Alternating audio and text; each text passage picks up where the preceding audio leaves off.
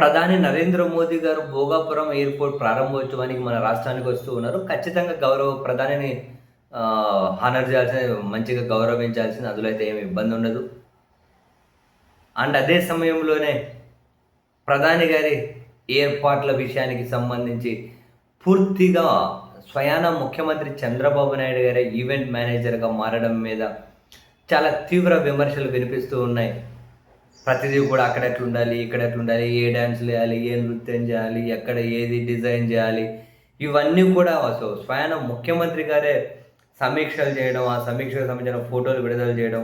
CMO Andhra Pradesh తాజాగా ఒక tweet చేసిన తర్వాత ముఖ్యమంత్రి గారు అధికారులతో వీడియో కాన్ఫరెన్స్ నిర్వహించాలని, విమానాశ్రయ ప్రాంగణాన్ని తెలుగు సంస్కృతి వారసత్వ వైభవం ఉట్టిపడేలా తీర్చిదిద్దాలని, గిరిజన సాంప్రదాయ తింసా నృత్యం ప్రపంచ రికార్డు సృష్టించాలని, నిర్వహించాలని, ప్రధానికి కనీవిని ఎరుగని రీతిలో ఘన స్వాగతం పలకాలని, ఈ విధంగా చంద్రబాబు గారు ఆదేశించారు అని ఒక ట్వీట్ చేసిన తర్వాత మాజీ ఐపీఎస్ ఎం నాగేశ్వరరావు ఆయన ఒక ట్వీట్ చేశారు.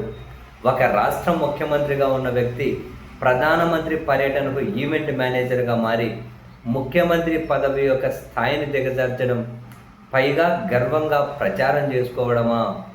నేను ఒడిశాలో జానకి వల్లభ పట్నాయక్, బిజు పట్నాయక్, హేమానంద బిస్వాల్, గిరిధర్ గమాంగో, నవీన్ పట్నాయక్ లాంటి ఐదుగురు ముఖ్యమంత్రుల హయాంలో పనిచేశాను. వారెప్పుడూ తమ హోదాను కాపాడుకుంటూ ప్రధానమంత్రిని ఒక సహచరుడిగా గౌరవించారే తప్ప తమ పదవిని ఏనాడూ పలుచన చేయలేదు. ఎంతటి పతనం నారా చంద్రబాబు నాయుడు గారు అని ట్వీట్ చేశారు. నిజంగానే ఇంతకుముందు చంద్రబాబు నాయుడు గారు ఇలా లేరు. కానీ ఇప్పుడు పదే పదే కేంద్రానికి కూడా ప్రధానమంత్రి గారికి ఎక్కడ లేని ప్రియారిటీ ఇవ్వడం. ఒక సహచరుడే, ఈయన రాష్ట్రాన్ని పరిపాలిస్తున్నారు, ఆయన దేశాన్ని పరిపాలిస్తున్నారు. రాష్ట్రాల కదలేక, రాష్ట్రాలు కలిస్తేనే దేశమే అక్కడ ఉంది. రాష్ట్రాలన్నీ కలిస్తేనే కదా. ఇది కూడా దేశం అంటే డెఫినేషన్ కూడా అదే కదా.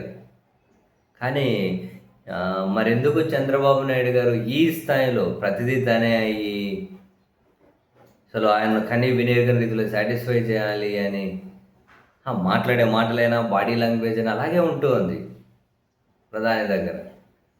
ఏమో మరి ఎందుకో ఇంతగానం తెలియదు.